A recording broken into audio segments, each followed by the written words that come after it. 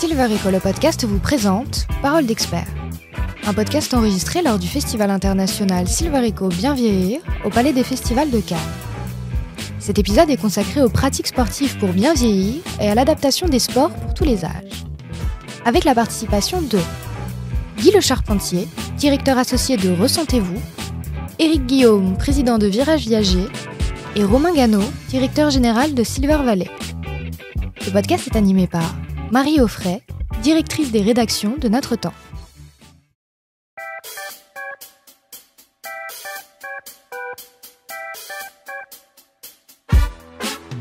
On va parler de sport aujourd'hui. On va parler de sport. Je ne sais pas si vous-même vous êtes sportive. En tout cas, on sait bien l'intérêt qu'a le sport à tous âges, mais également à la fois sur le plan physique, on le sait bien, mais également sur le plan moral, sur le plan du lien social également. Et c'est la raison pour laquelle on recommande beaucoup le sport à tous les âges. Et c'est la raison pour laquelle, en cette année olympique, la pratique du sport, l'activité physique sont des grandes causes. Sont la grande cause nationale d'ailleurs dont Notre Temps que je représente aujourd'hui est partenaire. Voilà. Alors on peut bien sûr continuer en prenant de l'âge, je dirais là du grand âge, à continuer à pratiquer le sport qu'on a toujours pratiqué. Néanmoins, je ne sais pas si vous avez remarqué l'arrivée sur le marché de nouvelles pratiques. Moi, j'ai d'abord, avec vous, en préparant cette table ronde, j'ai entendu parler de choses. J'ai entendu parler, alors, qu'est-ce qu'on m'a dit? Alors, on a fait un article là-dessus, sur le football en marchant. Mais alors, j'ai également entendu parler du ping senior, j'ai entendu parler du tennis santé, du hand à tout âge. Alors, vous allez me parler du handball, vous êtes plusieurs à me parler du handball. Et puis, de quoi encore? Du silver 13 équilibre. Alors là, je dois dire, je ne connaissais pas du tout. En tout cas, toutes les fédérations sportives, je ne sais pas si parmi vous, vous représentez certaines de ces fédérations, se mettent à exploiter ce filon.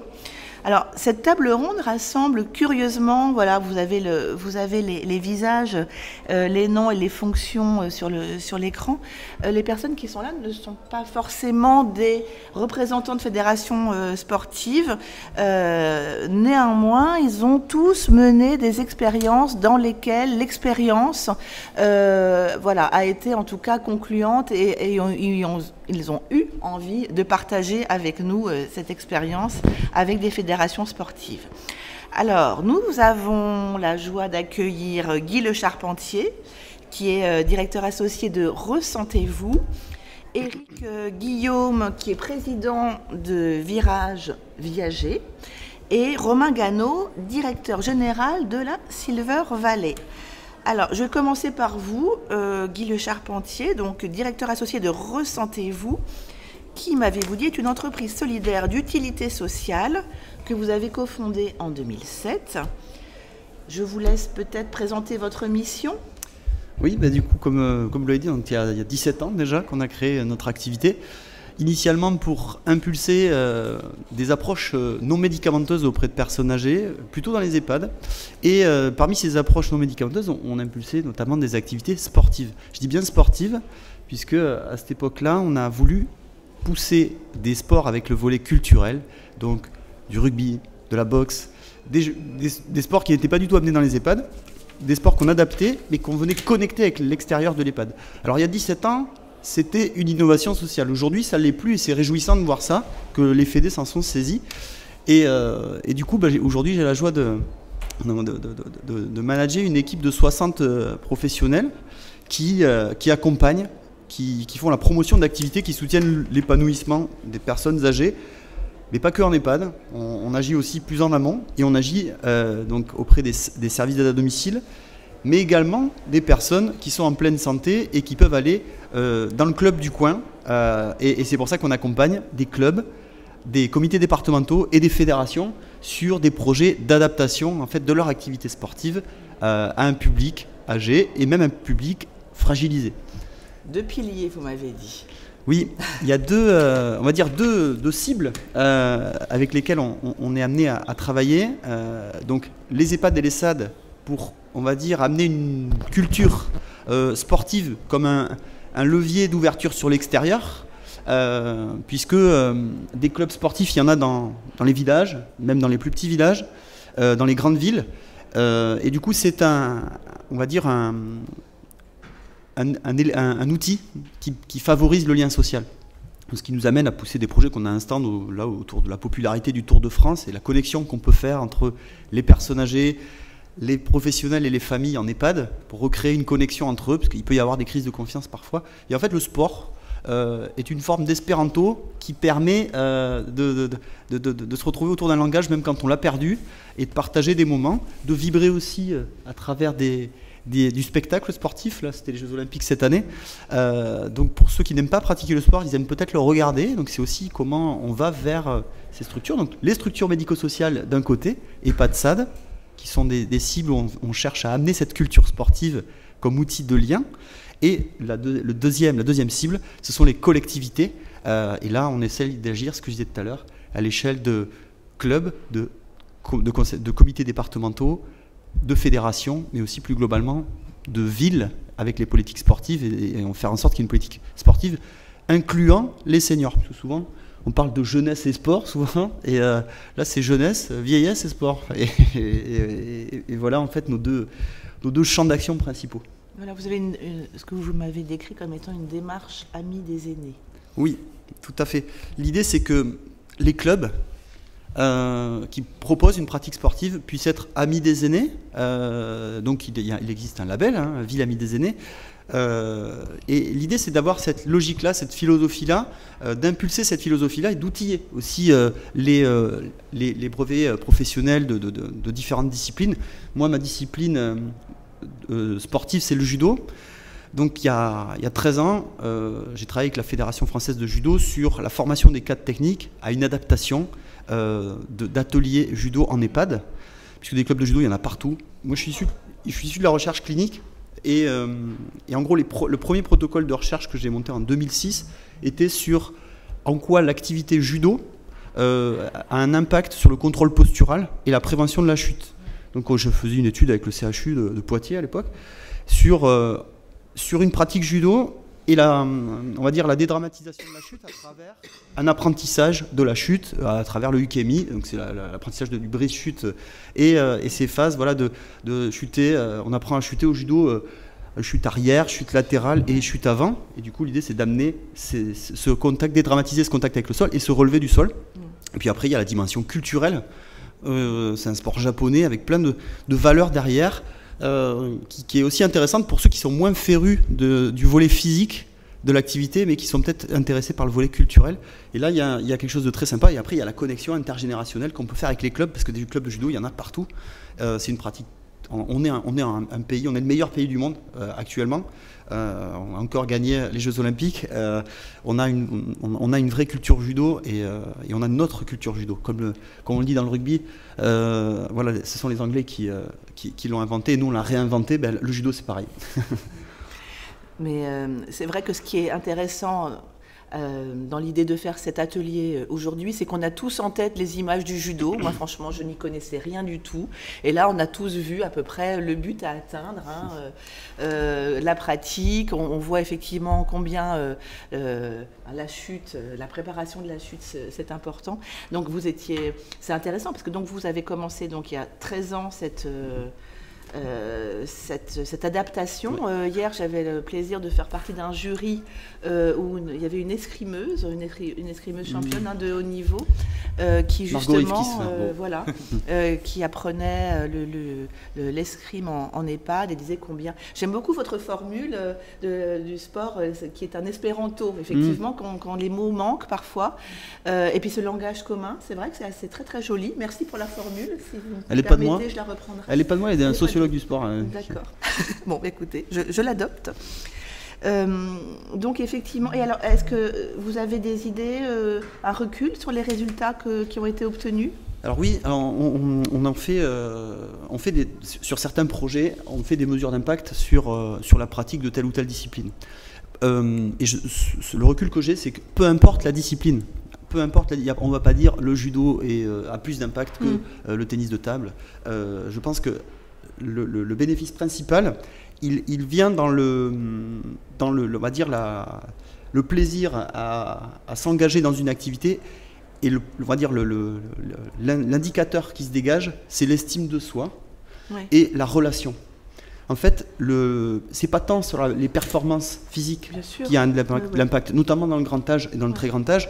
À plus de 85 ans, on peut observer quelques tendances d'amélioration sur le contrôle postural, mais c'est pas ça l'impact principal. Il se fait sur l'estime que la personne a d'elle-même et la qualité des relations qu'elle noue grâce à la pratique et grâce au fait que, comme elle est fière de faire de la boxe, du judo, ou de renouer avec ces activités-là, elle peut plus facilement en parler à son entourage, mais aussi se créer un nouveau réseau social, un vrai, pas numérique là, pour le coup. Et là, en l'occurrence, l'indicateur qui se dégage le plus, c'est le lien social. Et dans la santé est très dimensionnelle, c'est le bien-être complet biopsychosocial. Je pense que la dimension psychosociale, elle paraît, a priori, intuitivement, on aurait envie de dire que le sport a un impact sur le plan physique en priorité, mais en fait, chez les seniors, sur les mesures d'impact qu'on fait, c'est surtout sur le volet psychosocial qu'on a de l'impact rapide, durable, et sur le plan physique, si on prend un temps long, il y a un déclin malgré tout qui est freiné, mais dans la mesure, c'est délicat quand on accompagne une personne sur 2-3 ans, forcément sa performance ne va pas de manière croissante, c'est la sénescence en fait. Alors on peut les rassurer en disant si vous ne faisiez pas, regardez Claude, lui il ne le fait pas, il a décliné plus vite. Mais ça serait malsain de faire ça. Donc le volet psychosocial est on va dire le principal facteur de santé sur lequel le sport agit. Et là-dessus, j'en parlais tout à l'heure, le spectacle sportif. Le sport, il n'y a qu'à voir les médias, c'est omniprésent le sport. Qu'on aime ou qu'on n'aime pas, culturellement, c'est très puissant. Et puis c'est mondial. Et en gros, ce volet-là, moi je dis ça parce qu'il y a 17 ans, quand j'ai créé mon activité, j'étais choqué de voir qu'il y avait une approche très sanitaire de l'activité physique. C'était de la gym douce sur chaise et on me disait non, et pas plus que la chaise, non, là, les gants, arrangez ça, c'est dangereux. Et moi je dis d'une, je vais m'emmerder moi si vous me faites faire de la gym douce sur chaise, et mes salariés vont s'emmerder s'ils font ça toute la journée. Enfin, c'est la conception que j'en avais. Je n'ai rien contre la gym douce, mais pour moi c'est un préambule à une pratique. Et si on a envie d'aller plus loin sur une pratique culturelle, offrons la liberté à chacun d'aller choisir une activité. Et là, le vrai enjeu sociétal, c'est que la plupart des fédérations, des organisations sportives, est une offre adaptée et qu'on ne soit pas obligé d'avoir affaire à des gens hyper spécialisés qui sont par-ci, par-là. Il faut que ça devienne une norme. Vous voulez réagir, Romain ? Non. Non, on a le droit de réagir. Alors, on va tordre un peu le déroulé alors. Non, mais je pense que Guy vient de finir sur le vrai enjeu. Quand on parle d'activité physique adaptée pour les seniors, on voit, et c'est merveilleux tout ce qui est fait en EHPAD, on va mettre un senior en activité physique. Et l'enjeu, 700 000 personnes en EHPAD, 14 millions de retraités. L'enjeu, c'est quelle pratique d'activité physique et pratique sportive pour les 14 millions de retraités, avec un premier enjeu. Ils ont pratiqué un sport toute leur vie, peuvent-ils continuer à le pratiquer? Comment on s'adapte? Après, moi, je suis assez rassuré sur la pratique sportive pour les seniors, parce que quand on regarde aujourd'hui les fédérations sportives non compétitives, et je vais commencer les fédérations sportives classiques, qui sont leurs adhérents, leurs administrateurs? Des seniors. Ouais. C'est-à-dire, aujourd'hui, sans seniors, il n'y a pas de fédération sportive. Il y a peu de fédérations sportives, à part les fédérations sportives compétitives.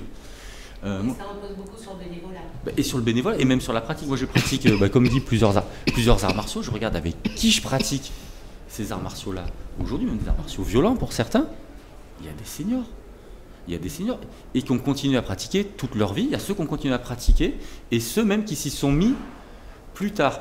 Et cette capacité à commencer un nouveau sport, c'est là-dessus qu'on doit travailler à tout âge et sur la capacité à ceux qui rentrent dans l'activité physique à 30 ans à pouvoir le faire le plus possible. Donc moi je suis toujours embêté à savoir sur pas embêté non, parce que moi j'ai 9 adhérents Silver Valley qui font sur l'activité physique en établissement, à domicile d'activité physique, tout ce qui fait bien. Mais sur le discours politique, c'est de dire mais non, la pratique physique, les fédérations sportives vivent avec les bénévoles.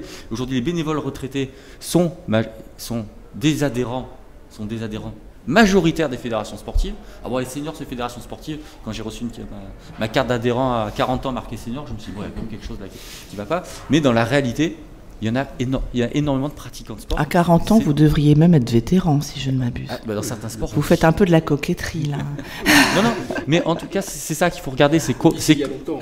C'était il y a longtemps. Non, pas trop. Non, mais voilà. Les fédérations sportives aujourd'hui, le sujet, c'est comment les fédérations sportives compétitives peuvent s'emparer de la question du vieillissement. Parce que les autres fédérations l'ont fait de façon naturelle. Peut-être, Romain, on va revenir vers vous, parce que j'aimerais bien que vous puissiez parler et que le public ait en tête ce qu'est la Silver Valley, ce qui n'est pas forcément archi clair pour tout le monde. Donc, c'est toujours bien de savoir d'où on parle. Et peut-être, si vous voulez bien finir pour le moment, avec vous, sur l'idée vous vouliez parler du rugby. Décidément, oui. Vous y allez là, dans les pratiques, oui. Le judo, le rugby, c'est pas forcément. On est loin de la gym sur chaise. C'est sûr. Alors du coup, moi, je suis du Sud-Ouest, donc forcément, c'est une activité culturelle. Enfin, culturellement, c'est très ancré, très fort. Donc, si on veut mobiliser les gens, il faut prendre des activités qui parlent. Donc, le rugby, c'est. Là, je suis vraiment allé chercher. J'avais très envie de pousser cette pratique-là. Alors, elle paraît très éloignée, évidemment, des personnes fragiles. Sauf que le rugby, en gros, il y a un principe, c'est qu'il y a quelques règles de base. On fait des passes en arrière et on va marquer un essai. Et après, on peut adapter. C'est-à-dire qu'on n'est pas obligé de se mettre des grands plaquages cathédrales dans la salle de l'EHPAD. Mais il y a un volet d'agilité, de passe, à droite, à gauche. Il y a aussi une question de positionnement. Il peut y avoir un travail sur l'équilibre postural en double tâche. Donc, en fait, ce que nous, on fait avec mes collègues, on est issus de différentes disciplines sportives, mais on va dire personnellement. Donc moi, mes collègues, ce sont des ergothérapeutes, des psychomotriciens, des professionnels en activité physique adaptée, mais ils ont tous une spécialité sportive et une expertise sur le vieillissement. Donc ce qu'on fait, c'est on prend des situations qu'on vient adapter. Et donc le rugby, on a travaillé des situations pédagogiques qu'on est venu proposer à des comités départementaux de rugby et à des clubs. Et du coup, là, on a formé parce qu'ils ont en gros un devoir de formation continue aussi pour leur brevet professionnel. Et on vient insérer cet élément-là, ce qui les a particulièrement intéressés parce qu'on proposait des créneaux d'intervention, donc on les faisait monter en compétences sur des sujets et des créneaux d'intervention en EHPAD, en résidence autonomie, mais aussi sur des publics seniors pour lesquels ils pouvaient proposer des activités le mardi après-midi, là où le stade est disponible et il n'y a personne qui y va, quand il n'y a pas les écoles. Du coup, ce qui fait qu'il y a une nouvelle forme de pratique et c'est intéressant pour les brevets professionnels qui ont des contrats moins précaires, qui ont plus d'activités dans la semaine. Et du coup, ils ont des contrats de travail plus intéressants. Donc, il y a un volet gagnant-gagnant. Et par rapport à ça, il y a aussi un volet événementiel que je voulais aborder. On essaye de faire des coups médiatiques pour montrer que des personnes très âgées peuvent faire ce type d'activité, de la boxe, du rugby. Donc là, on s'épaule de personnalités. Cette année, on a fait un événement au Stade de France. On a fait une grande rencontre sportive avec 40 EHPAD. On voulait marquer le coup en année olympique. On a profité des assises du bien vieillir qui se déroulaient au Stade de France. Et du coup, j'ai travaillé avec le département de la Seine-Saint-Denis et on a formé 40 EHPAD, donc une soixantaine de référents terre de jeu, c'est comme ça qu'on les avait appelés. Et on les a formés à 4 disciplines. Le rugby, toujours, la boxe, tennis de table et le tir à l'arc. Et on a fait venir des athlètes. Donc Brahim Asloum était Margot Rivkis était là aussi. Donc on a fait venir des athlètes, médaillés olympiques, pour qu'ils partagent aussi avec eux des ateliers. Et ça a été médiatisé, donc ça a été couvert par la télé. Et on a pu diffuser ce message qu'on a relayé à l'ouverture des Jeux et qu'on a diffusé pendant les Jeux Olympiques pour montrer que le sport n'est pas réservé. Et le sport, on va dire, avec son volet culturel, pouvait être accessible à tous les âges de la vie et pouvait faire vibrer. Et là, on voit dans la vidéo, on a fait une vidéo avec Oldissé, je ne sais pas si vous connaissez, on va dire, c'est vidéaste. Mais si vous voulez retrouver sur notre site, on a une chaîne YouTube, Ressentez-vous, on a partagé ce reportage. Et vous verrez des personnes de 90 ans faire de la boxe avec Brahim Asloum, c'est assez réjouissant et de voir à quel point ça les fait vibrer. Il était venu avec sa médaille, on sent qu'il y avait un impact. Pour nous, ça c'est invisible qui ouvre le regard sur l'invisible de ce qui peut se passer. Évidemment, on ne peut pas voir Brahim Asloum tous les jours dans les EHPAD et même dans les clubs. Mais c'est bien des fois de mettre des coups, d'avoir un plaidoyer où on met un coup médiatique. Forcément, comme Brahim Asloum est là, les caméras viennent. Si je fais venir mon voisin Germain qui a un niveau départemental en boxe, ça fera moins venir les médias, mais ça n'empêche que Germain il fait un travail génial aussi, donc d'où l'intérêt de faire de la communication sur ça et de véhiculer ce message-là. Et du coup, vous avez eu des retours d'autres EHPAD qui ont voulu avoir vos formations? Alors oui, là je dis ça, mais sur l'événement, c'est quelque chose qu'on a modélisé. On fait des grandes rencontres sportives intergénérationnelles. Donc ça, on le vend à des départements et on mobilise, donc on essaye d'aller dans des lieux prestigieux, dans des stades. Voilà, on va aller au Matmut Atlantique, on va aller au stade Jean de Daugé à Bayonne, on va aller à La Rochelle, au stade de Flandre. On prend des lieux emblématiques du sport et on va chercher des fonds auprès soit des fédérations qui veulent impulser, soit des clubs professionnels dans le cadre de la RSE, parce que les clubs professionnels sportifs ont une démarche RSE à établir et du coup ils aiment bien ces projets sociaux et solidaires. Donc on peut s'inscrire là-dessus et il y a du mécénat et même parfois ils nous missionnent. Là, à l'Aviron Bayonnais par exemple, on va faire le coup d'envoi avec des personnes âgées et on va montrer ce qu'est un rugby en marchant en ouverture de match, en ouverture de rideau. Donc du coup, le stade est plein, les gens voient des gens très vus en train de faire du rugby, donc il y a un message véhiculé, il y a Canal qui couvre l'événement, donc il y a un message véhiculé. Voilà un petit peu ce qu'on cherche à intégrer, parce que l'idée c'est nous on a ce savoir-faire là, et on vient apporter cette compétence d'adaptation pour les FED. Il y a également le volet intergénérationnel, mais peut-être que je vous laisserai tout à l'heure, Romain, en parler, parce que vous en avez parlé des avantages. Je pense que c'est quelque chose que vous avez prévu de développer, à mon avis. Je me tourne. Madame avait une question. Où On va faire. Observation, est-ce que vous envisagez d'intervenir dans la prévention? Parce que plutôt on commence, évidemment, plus la sénescence est repoussée, parce que le sport est un facteur primordial aux côtés de la nutrition pour repousser la sénescence. Est-ce que vous envisagez de faire du prosélytisme et de commencer en amont? Alors oui, alors là-dessus j'ai peut-être pas été très clair. J'ai beaucoup parlé. En fait, c'est pour moi qui peut non, c'est moi certainement. Qui peut le plus peut le moins. Nous, on part du principe que en montrant des gens très très très âgés sur une pratique, c'est un message qui permet de véhiculer une accessibilité pour un public plus jeune. Et c'est ce qu'on fait d'ailleurs dans les fédérations. On vient former nous les éducateurs sportifs des fédérations, pour qu'eux puissent proposer une pratique pour des seniors en bonne santé. Nous, ce qu'on leur donne, on leur donne des éléments de sport santé, on leur donne des éléments d'argumentaire pour qu'une personne qui n'est pas, on va dire, au top de sa forme, puisse arriver dans un club en se disant « Ah là, je serais bien reçu, on n'est pas que sur une logique de performance ici, et on est capable d'adapter le niveau de pratique. » Donc on est sur de la prévention primaire, en disant voilà, le sport, il faut continuer à le maintenir, continuer à entretenir ce lien social et cet investissement, parce que sur le volet psychosocial, il y a l'investissement bénévole qui est un vrai facteur de longévité. Le principal facteur de longévité, c'est le lien social et de savoir que on peut compter sur un entourage. C'est la Harvard Study, l'étude longitudinale sur la longévité, la longévité en bonne santé, la plus puissante de toutes ces dernières années. Cette étude dégage un indicateur principal, c'est qu'est-ce qui fait qu'on vit longtemps en bonne santé? Le fait d'être entouré de personnes sur qui on peut compter. Il y a des sports qui ne sont pas des activités physiques. Alors ça va vous surprendre ce que je vous dis. Le billard est un sport. La pétanque est un sport. D'un point de vue cardiovasculaire, la pétanque, c'est peinard. Hein.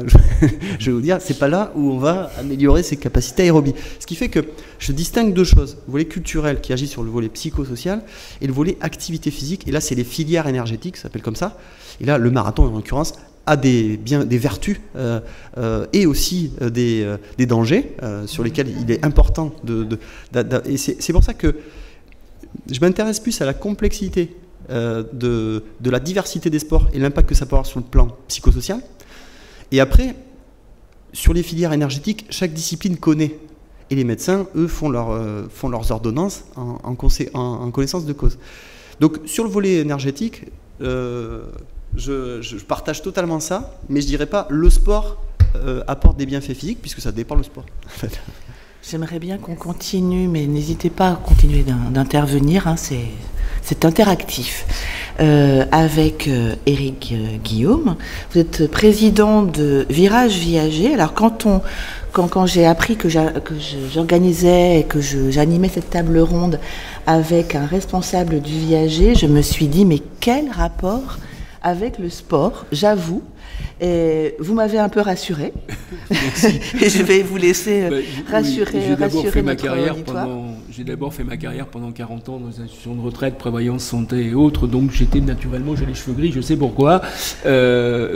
Effectivement, quand on parle du viager, c'est d'abord un monde financier, et le monde financier, on dit, doit être très loin des questions du sport, des questions de la santé, etc. Ben, c'est pas vrai. Pourquoi? Parce que le monde financier, c'est le monde des assureurs, c'est le monde des mutuelles, c'est le monde des compagnies qui s'occupent de ça naturellement. La prévoyance, nos premiers jobs, c'est de calculer la prévoyance et la longévité.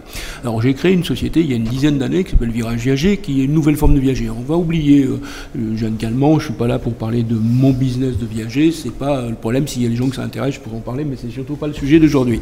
Mais il se trouve justement en tant qu'institutionnel, le mode de développement du business que j'ai créé il y a 10 ans est un mode d'abord avec des institutionnels, des compagnies d'assurance, des mutuelles, et dire mais quel est votre intérêt, vous, en tant qu'institutionnel? Moi, je vais chercher des millions d'euros pour acheter de l'immobilier, monétiser le patrimoine des seniors, mais acheter des millions d'euros en tant que financier pour mettre au service des retraités. J'ai dit, mais au service des retraités, c'est on monétise leur patrimoine, on leur donne des liquidités, mais quel est l'intérêt des institutionnels? C'est d'avoir un lien avec les retraités.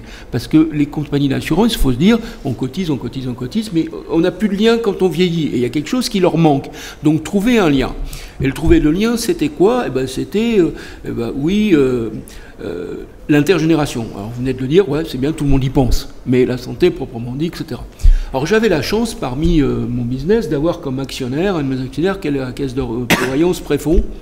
Et Préfonds est sponsor depuis 3 Jeux Olympiques de l'équipe de France de hand. Point d'entrée assez facile, et je suis rentré dans cette porte de la relation avec le sport et avec la Fédération Française de Hand. Et quand j'ai dit à la Fédération Française de Hand, que disait Romain tout à l'heure, 1 900 000 personnes qui ont plus de 60 ans, il n'y en a que 7 ou 800 000 en EHPAD, on ne peut pas regarder que les EHPAD. J'arrive à la fédération me dit « Ah oui, on a un truc génial, ça s'appelle le hand fit, on tourne sur les ballons, le dos sur le ballon, on fait etc. » Je dis « Je ne vais pas faire kiffer les plus de 60 ans ou les 50 ans avec un jeu de ballon qui peut être très très bien en EHPAD, mais remontons beaucoup plus tôt. » Donc qu'est-ce qu'on fait pour les 50 ans et plus de 50 ans?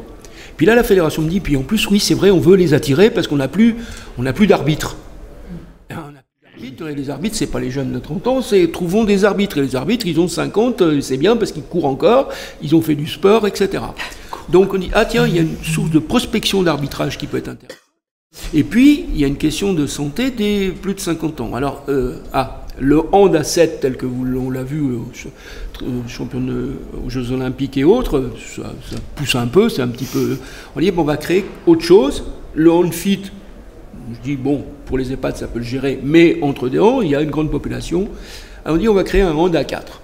Et le hand à 4, eh bien, on a modifié les règles du hand pour pouvoir éviter les impacts physiques trop forts. On a réduit le terrain, on a réduit et on a amené là, ici au premier étage un nouveau début et la taille du ballon.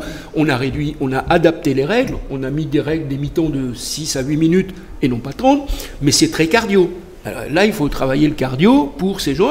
Et les premières personnes qui, en 2002, on a invité, qui étaient plutôt des gens qui étaient des vétérans, qui jouaient encore, mais qui avaient joué autrefois. Ils sont venus, ce truc-là, ça n'a pas...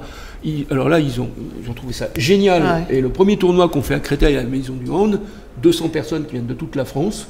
Et là, on a dit gros succès. Ça nous a pas exclu que d'autres se l'approprient en plus. Alors, pas du tout. Ouais. Et justement, et c'est la raison pour laquelle, avec Silver Alliance, avec Préfonds, avec la Fédération Française de Handball et Virage Viager, notre société, on a créé une association qui s'appelle une association Hand à tout âge, dont la vocation est de promouvoir le sport des plus de 50 ans au travers ce type de rencontre. Alors la fédération et nous-mêmes avons beaucoup investi dans du matériel que l'on prête, que l'on emmène. On a fait une démonstration sur le parvis de la mairie de Paris il y a quelque temps. La CNAV est venue soutenir. On a fait lors d'un grand un tournoi des grandes villes, un tournoi français des grandes villes, on a organisé un certain nombre de manifestations. Et maintenant, effectivement, on recrute des entreprises qui viennent financer l'association, parce qu'il faut que ça se finance. Hein. C'est une association qui est qu'avec des bénévoles. Et puis qui permet d'accueillir des adhérents qui payent une cotisation pour payer l'assurance de 20 € par an. Vous voyez, donc on a un effet de levier qui est en train de se produire avec une dynamique extrêmement forte. Et le rapport, oui, on retrouve le rapport finance, etc. Et, je crois que quand même on est tous sur la même chose. Nos entreprises, nous-mêmes, même en tant que structure financière, l'engagement, la solidarité, l'esprit d'équipe sont des valeurs d'entreprise. Et si on sait les retrouver au travers justement des personnes de plus de 50 ans, ben la boucle est bouclée. Et c'est pour ça que, même en faisant du viager, on peut s'intéresser au sport. C'est QFD. Le hand, quand on dit le hand à 50 ans, est-ce que finalement on attire des gens de 50 ans ou est-ce qu'on attire des gens de 70 ? Est-ce que finalement cette barrière de 50 ans, c'est une façon de se sentir à l'aise, mais que quoi qu'il arrive, quelqu'un de 50, 55, même 60 qui a fait du hand continuera à faire du hand. Alors, ceux qui ont fait du hand vont continuer ou vont revenir. Ouais. Parce qu'on a tous fait du hand à l'école. Et on y retrouve. Donc ça, ils vont venir. Hier, par exemple, c'était intéressant. On a tous les jeunes qui sont dans le lycée qui sont là. Ils sont venus jouer parce qu'ils ont trouvé que la balle était plus petite et plus facile. Parce qu'une balle de hand d'un pro, je la tiens pas dans la main. Une balle de hand du hand à 4, on la tient, elle est plus petite. Et on a des gens de 35 ans qui disent bah, je peux venir. Alors est-ce que je me dis bah oui, tu prends l'assurance pour la journée parce que c'est une question de responsabilité. Et puis ils viennent se joindre à des manifestations sans aucun problème. Je crois qu'effectivement, il y a certainement le sport. Le parcours de sport, c'est une partie du parcours de vie. Et l'inverse. Donc on a des gens qui auront peut-être 70 ans qui vont continuer à venir. On a des gens qui peut-être vont venir et qui souhaitent venir plus tôt. Il n'y a pas de blocage. On a pour le principe créé une association du hand à tout âge, c'est-à-dire à plus de 50 ans. C'est de la symbolique. Statutairement, on accueille tous les gens qui ont envie de faire du sport. Est-ce que vous pensez que, là je m'adresse à vous trois, que ce qu'on a vécu notamment avec les Jeux Olympiques, mais également les Jeux Paralympiques, où il y a eu de multiples adaptations de sport, il y a, je sais pas, je crois que j'ai vu du basket à 3, du rugby à 7, est-ce que finalement ça nous rend plus souples et ça n'est pas une sorte de version dégradée des sports qu'on a connus, y compris au lycée, mais finalement c'est presque de l'inventivité et quelque chose en plus, le fameux petit truc en plus. Si on regarde, on a tous porté, les Français, un intérêt aux Paralympiques parce que c'était la télé chez nous qui nous l'a montré. Est-ce que vous avez autant regardé les Jeux Paralympiques ? Non, bien sûr. Les dernières fois. Non, non. Bien sûr. Parce que, alors, on va et dire, justement, ça a changé le regard sur les personnes, mais également sur les sports. Ça a changé le regard sur le sport, oui. Sur le sport, oui. En disant il y a des choses qu'on peut encore faire. Et je pense que disait Madame, c'est que la prévention est quelque chose qu'on doit commencer le plus vite possible. Le gros problème de la prévention, pour avoir été directeur général d'une caisse de retraite et de prévoyance pendant 30 ans, le problème c'est que budgétairement, si on n'a pas un retour sur investissement rapide, personne n'y regarde. Et quand j'ai toujours demandé des budgets au ministère pour aller regarder le long terme, personne. Mais la question qu'on se heurte, et je me suis heurté pendant presque 30 ans, c'est la question du décalage de l'espace-temps. C'est-à-dire qu'effectivement, même si l'État n'a plus les moyens, on dit que le rôle de la nation, c'est le rôle de la solidarité globale, le reste, c'est le rôle des assureurs, et je leur dis, c'est leur boulot. Romain a été patron, a bossé à la G2R, moi dans d'autres compagnies d'assurance pendant des années, on connaît bien ce sujet. La question, c'est qu'on a tous la même contrainte, y compris un assureur qui travaille peut-être certes sur de la prévoyance ou de l'invalidité sur un plus long terme, mais en réalité, on a ces contraintes budgétaires que si on ne voit pas ce qu'on appelle le ROI, notre retour sur investissement, eh ben on n'y va pas. Et malheureusement, sur la prévoyance, sur le long terme, c'est du très, très long terme, là, c'est du 20-30 ans qu'il faudrait regarder. Et être capable de dégager des fonds pour préparer ça. Bah écoutez, voilà, non mais c'est vraiment une vraie difficulté. Le décalage entre la compréhension des dirigeants, qu'ils soient de la fonction publique, de la nation, ou qu'ils soient des compagnies d'assurance, c'est que s'il n'y a pas une visibilité qui leur amène un retour dollar, eh bien, très compliqué. Alors Marine, pour répondre à votre question, la question portait sur, est-ce que c'est pas une dégradation, on va dire, de l'historique des activités sportives. Ce qu'il faut connecter, le sport c'est quand même quelque chose de récent dans sa structuration. L'activité physique partagée avec des règles qui sont communes à tous, on va dire structurée de la manière dont on sait, ça a environ 150 ans, à peu près, quoi. Si on prend les mutations des activités sportives, on s'aperçoit que cette évolution se fait avec son temps, avec la pratique, avec la diversité de pratiques. Quand Pierre de Coubertin, qui a remis les Jeux Olympiques de l'ère moderne, était quelqu'un d'extrêmement misogyne. Il disait que c'était pas fait pour les femmes. D'ailleurs, c'était que pour les hommes au début. Donc, il y a une mutation qui est connectée à l'évolution des mentalités. Ce qui fait que quand la population vieillit majoritairement et que culturellement on se dit que c'est nécessaire d'accéder à la pratique. D'accéder à la pratique quand on est en situation de handicap. Pendant les Jeux paralympiques, moi j'ai eu la joie de partager vraiment ces activités avec des athlètes. Il y a des athlètes qui vont jusqu'à dire « Je remercie l'accident de vie que j'ai eu parce qu'avant j'étais un simple maçon et aujourd'hui je suis un champion olympique ». Je prends cet exemple de Alexis en Quincan. Il va tenir ce discours. Il va dire j'étais pas connu et je suis devenu quelqu'un de connu et un athlète international grâce à ma situation de handicap. Donc c'est quand même on va dire un levier ou un pilier de résilience, l'activité sportive pour les situations. Donc il n'y a rien de dégradant. Je pense que c'est plutôt bien accueilli. Et dans la structuration, quand on voit les Jeux Olympiques, on voit le défilé, on se dit ah oui, donc là les activités sportives sont accessibles pour tous en fait. Oui. Parce qu'on voit un champion olympique qui n'a pas de jambes, pas de bras. Et qui est sur une performance incroyable. Et là, je mets au défi toute la salle de battre un chrono de ce Brésilien. Là-dessus, on peut qu'halluciner et se dire, en fait, c'est accessible à tous. Et après, sur l'évolution des règlements, je pense que ça dérange personne. Ça peut choquer. C'est vrai que, vous le disiez tout à l'heure, quand on fait évoluer un règlement, un ancien handballeur, il va forcément le ramener à sa pratique. Mais ça, il y a toujours cette forme de nostalgie, mais qui n'est pas, on va dire, un frein. C'est juste un paramètre que les gens partagent, mais ils acceptent, je pense, ces évolutions-là. Merci pour ces précisions, vous avez tout à fait raison. Romain, la Silver Valley, le sport. C'est presque dommage, je veux dire, comme Eric, de parler de ce qu'on fait alors qu'on est là pour plutôt un engagement qu'on a. Dans Silver Valley, c'est un cluster d'entreprises qui accompagne des entreprises sur le bien vieillir, qui a 200 membres. Sur ces 200 membres, on a 10 qui travaillent sur l'activité physique, que ce soit des programmes de prévention, Guy fait partie de nos membres, du judo adapté, de l'escrime adapté et tout. Moi, je voulais juste plutôt témoigner. Sur les Jeux paralympiques, je ne suis pas d'accord avec vous. Et c'est pas que c'était pas merveilleux, et c'est pas qu'on a prouvé que c'était des athlètes, évidemment, l'accès à tous. C'est qu'on a encore ramené le sport à la compétition et l'accès au sport à la compétition. Et c'est le seul point, je dis pas qu'il me dérange, c'est merveilleux, ce sont des champions. Mais si on parle de fois des fédérations sportives et de l'activité et du sport adapté pour tous, la question c'est pas de faire des champions et des athlètes. La question c'est comment les gens vont pratiquer un sport qui leur plaît. Et moi aujourd'hui, voilà, j'ai juste témoigné, j'ai commencé le sport, j'ai 18 ans, mon premier prof d'aïkido en avait 62, il est mort à 80 ans en forme, et moi je suis resté au club depuis quelques dizaines d'années. Et aujourd'hui, les pratiquants ont vieilli. Tous ces pratiquants qui ont vieilli ont adapté leur pratique, mais sans que quelqu'un leur dise d'adapter leur pratique. Les chutes claquées, plus personne n'en fait. À partir de 60 ans, par contre, ils savent faire autre chose. Mais quand on leur parle, personne ne dit « je fais du sport pour être en bonne santé ».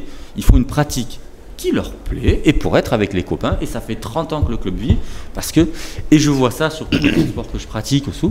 Et la question pour moi, les fédérations sportives doivent aussi changer leur logiciel pour ne plus être des fédérations sportives que uniquement compétitives et basées sur des champions, et accompagner sur la pratique sportive.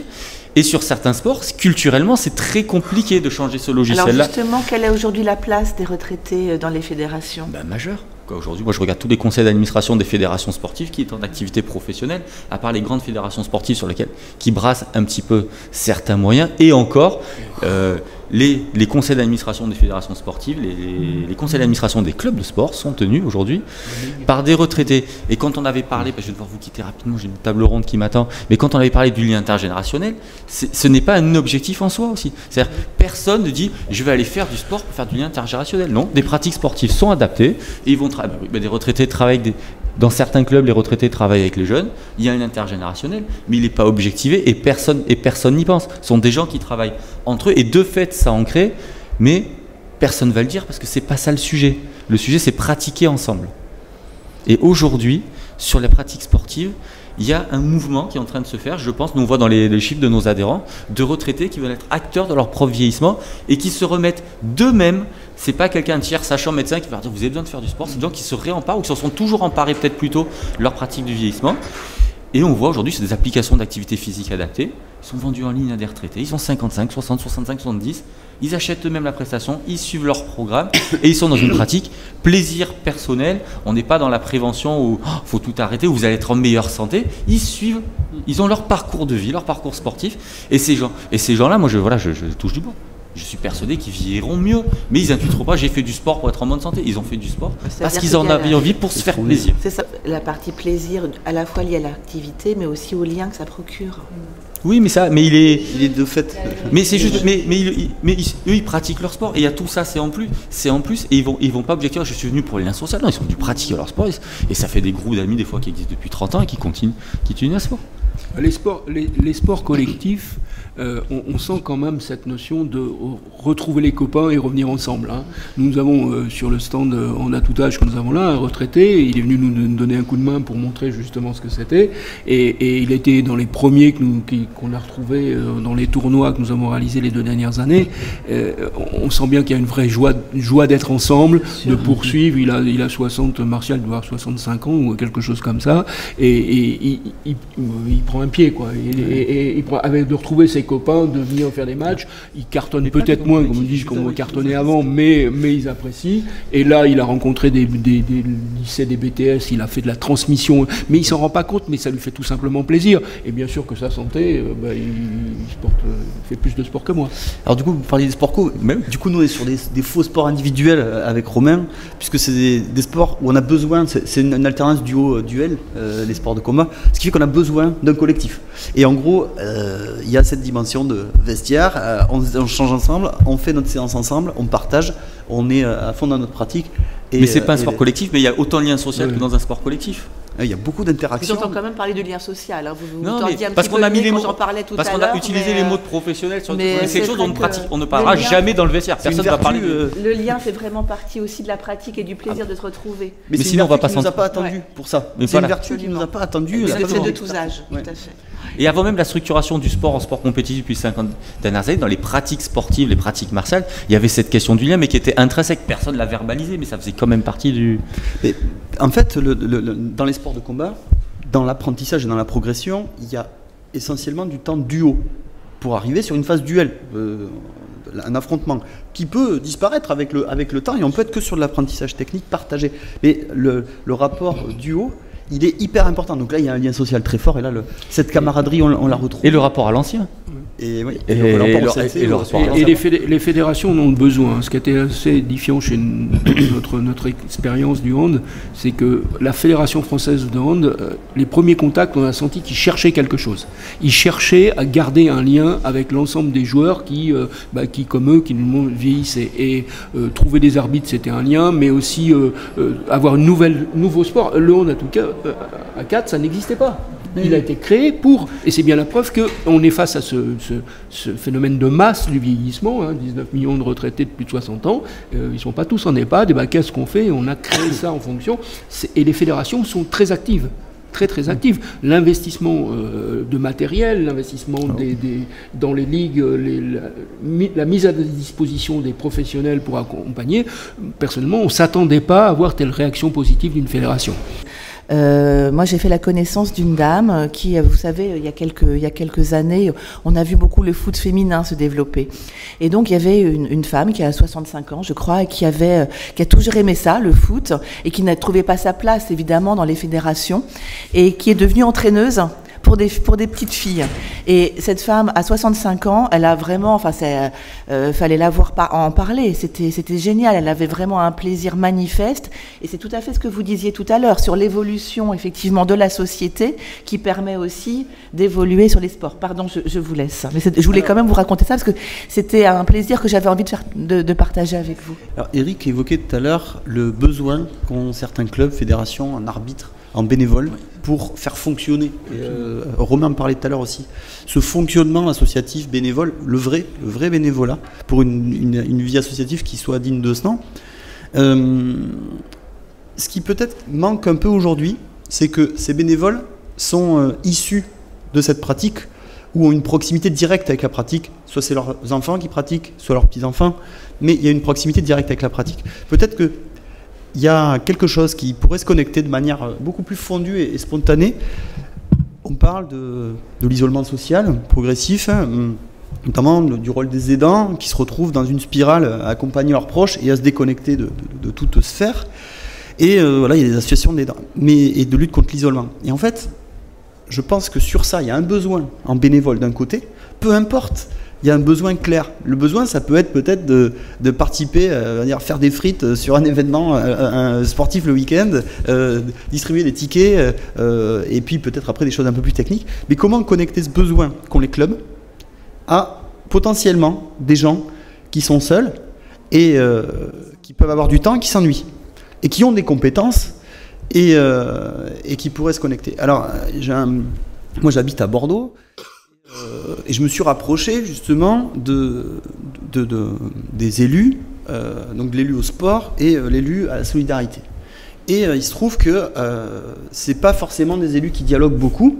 Les préoccupations de l'élu au sport et des agents dédiés au sport se fréquentent pas du tout avec les clubs seniors et tout ça. Du coup, on a fait un truc, on a fait un recensement des besoins. Il y a un événement qui s'appelle le Decastar à Talence, c'est un événement international de décathlon. On leur a dit ils étaient en mal de bénévoles, on leur a dit de quoi vous avez besoin. Donc on a listé les besoins, c'est en ce moment, le Decastar ça se termine hier. Ils ont listé les besoins, et en face, on a présenté les besoins au club senior, en leur disant qui voudrait donner de son temps, en mettant en avant tous les avantages à être bénévole sur ce type d'événement, parce que c'est un événement international. Et alors, succès. Et en fait, on a réussi à connecter des personnes, et oui, on a eu des dizaines de bénévoles qui se sont dégagés pour l'événement.